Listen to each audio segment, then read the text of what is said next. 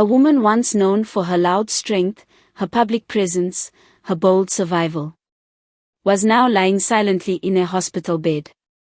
Her body weak, her breath borrowed, her life hanging by a thread. But what truly shattered the nation was not only the illness she was battling. It was the emotional cruelty she faced from the very people she gave life to. We are doing everything we can. Monkonyane's eyes opened only occasionally. Her face had changed. The woman who once filled rooms with energy was now pale, trembling, fading. She had been asking one question over and over again. Have my children come? The hospital corridor filled with tension. That day, the hospital corridor became heavy with emotion as her children finally arrived. They walked slowly, their steps hesitant. Their faces were tight with discomfort, almost like they did not want to be seen. One of the nurses whispered, "That's her children." But instead of relief, the staff felt dread. Because the atmosphere was wrong. There was no warmth. Only cold embarrassment. Whispers of shame before they even entered. Before stepping into the room, the oldest child leaned toward the others and muttered, "Let's make this quick." Another responded sharply, "I can't believe we even came."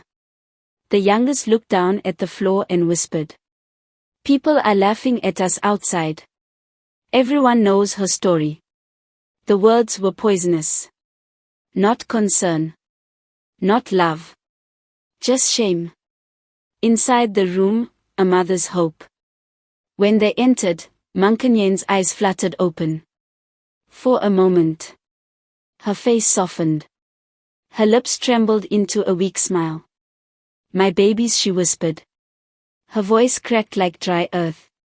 She tried to lift her hand, trembling, reaching out.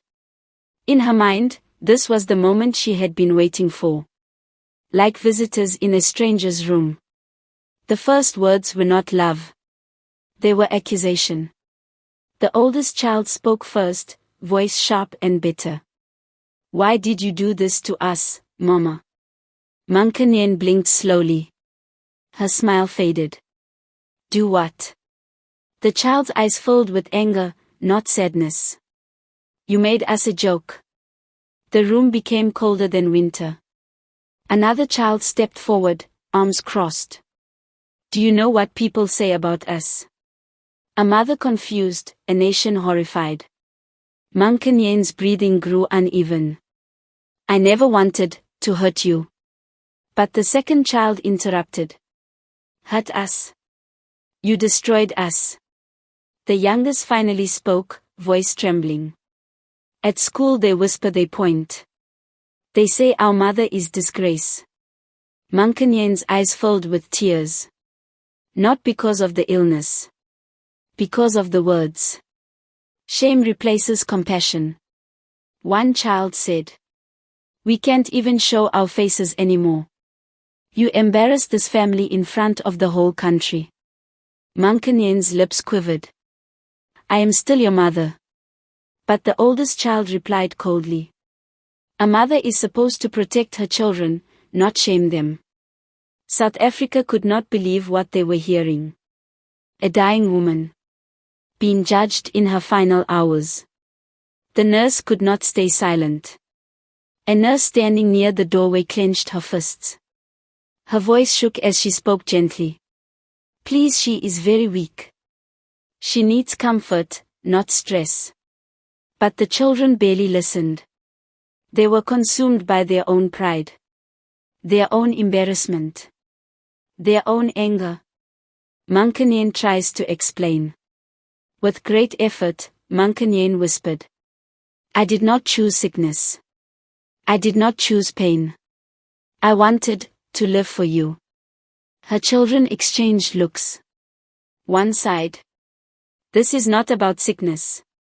It's about what people think." The words struck like lightning. A mother's heart breaks more than her body. Monkonyane's tears rolled down her cheeks. "I carried you. I prayed for you. I loved you even when I had nothing." Her voice broke. But now, you are ashamed of me. The youngest child looked away. The oldest answered. And the room shattered. The cruelest moment. Monkonyane reached out again, desperate. But the youngest stepped back quickly. Don't touch me. That sentence. That rejection. Was worse than death. Even the machine seemed louder. Even the air felt heavy. The children prepared to leave. After only a few minutes, the oldest child said, Monkonyane.